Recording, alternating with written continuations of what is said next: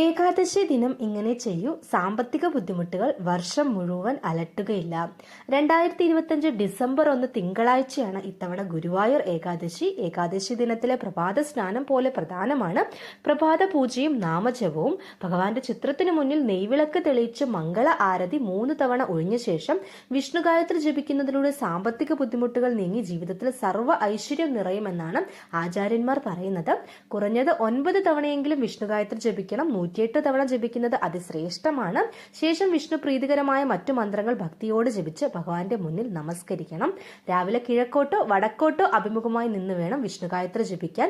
മന്ത്രങ്ങളുടെ മാതാവായ ഗായത്രി മന്ത്രം 1 തവണ ജപിച്ച ശേഷം ആവണം വിഷ്ണു ഗായത്രി ജപിക്കാൻ. രാത്രി ജപം പാടുള്ളതല്ല. ഓം ഭൂർഭുവസ്വഹ തത്സവിതുർ വരേണ്യം ഭർഗോ ദേവസ്യ ധീമഹി ധിയോ യോന പ്രചോദയാത്. ഇതാണ് ഗായത്രി മന്ത്രം. ഇത് 1 തവണ ജപിച്ച ശേഷം വിഷ്ണു ഗായത്രി മന്ത്രം ജപിക്കുക. മഹാവിഷ്ണു ഗായത്രി ഇവിടെ എഴുതി കൊടുത്തിട്ടുണ്ട്. ഓം നാരായണായ വിദ്മഹേ വാസുദേവായ ധീമഹി തന്നോ വിഷ്ണു പ്രചോദയാത്.